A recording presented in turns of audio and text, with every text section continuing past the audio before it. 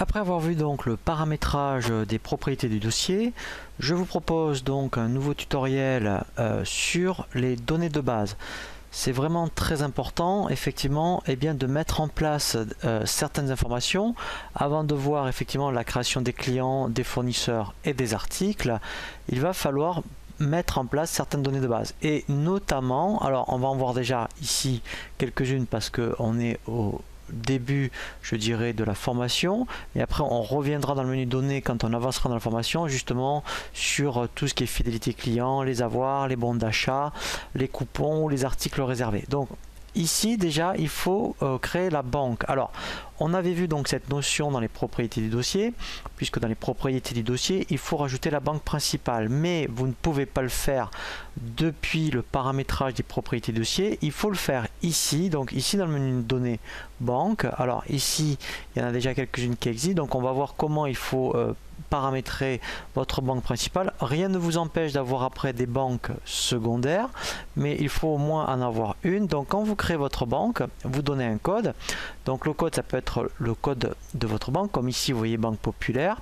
Alors l'adresse, c'est pas obligatoire. Ce qui est très important, c'est dans le menu comptabilité d'indiquer le journal de banque pour le transfert en comptabilité et le numéro de compte bancaire que vous utilisez toujours pour effectivement le transfert en comptabilité. Alors après effectivement on peut aussi mettre la domiciliation bancaire, puisqu'après effectivement avec cette version de BP Point de Vente on peut aussi générer des fichiers de virement. Vous voyez, voilà, même au format CEPA. Alors une fois que vous avez créé votre banque, il ne faut pas oublier d'aller dans le menu dossier, propriétés, préférences, et ensuite dans général, ici vous voyez, il faut absolument affecter la banque principale. Voilà, donc là vous voyez c'est fait. C'est vraiment très important pour justement après générer tous les règlements clients et fournisseurs. Donc ça c'est la première chose à faire dans le menu données quand on commence.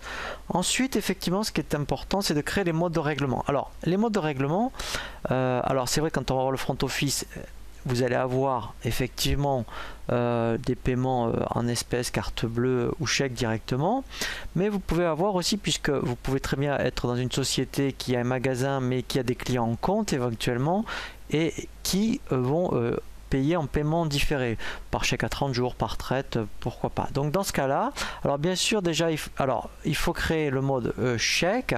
Donc là pareil, donc quand on fait créer, on fait ici le bouton ajouter.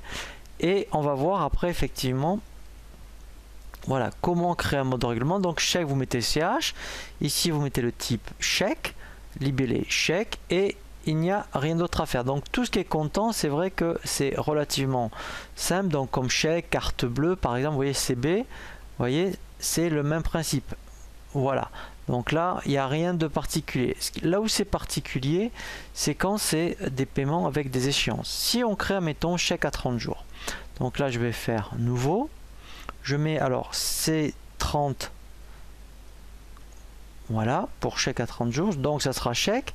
Ici en libellé, je vais mettre chèque à 30 jours. Alors je vais faire exprès de rajouter fin de mois, comme ça vous verrez comment on le gère. Une fois que vous avez donc mis le libellé chèque à 30 jours fin de mois, donc après c'est ici, il faut cocher échéance. Ici en fait, il va falloir donc déjà dire règlement.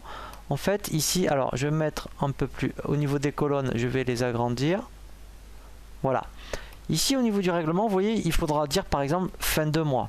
Et après ici, c'est là où vous allez mettre 30. Voilà. Vous voyez donc, alors si c'était fin de mois le 10, mettons vous mettriez celui-ci. Et vous voyez, mettons, c'est ici, après vous mettriez le, et c'est là vous mettriez fin de mois le 10, le 15, le 20, etc. Donc moi je vais remettre fin de mois. Voilà. Alors si c'était une traite, on pourrait même cocher impression d'une traite. Voilà. Et après ici, vous voyez, en compta. Donc là effectivement, alors si c'était un compte de caisse, on mettrait le compte ici 53. Et ensuite, j'enregistre. Voilà, donc là, vous voyez, j'ai créé chèque à 30 jours. Alors, bien sûr, dans le même principe, eh bien, vous pourriez créer traite à 30 jours, virement à 30 jours, mais il faut vraiment le faire avant, effectivement, eh bien, de créer vos clients et fournisseurs, puisqu'après, vous allez affecter les modes de règlement pour après générer les échéances. Ensuite, toujours dans le menu données, eh bien, en fait, alors là, bien sûr, si vous êtes concerné, il faut créer ce qu'on appelle les frais de port. Alors, voilà, donc les frais de port, alors il faut les créer si vous êtes vraiment concerné. Donc là, je vais prendre un exemple. Voilà, donc là, mettons, alors ici, c'est vrai que c'est un frais de port en pourcentage. Donc là, mettons, ici, donc là, mettons, on mettrait 5%. Voilà, ici, très important, mettre les comptes comptables de vente des frais de port. Et ici, pareil pour les achats. Vous mettez à quel taux de TVA est soumis le frais de port, et donc là ça veut dire que dès qu'il y aura une commande, et bien en fait par rapport au montant de la commande, les frais de port représenteront 5%.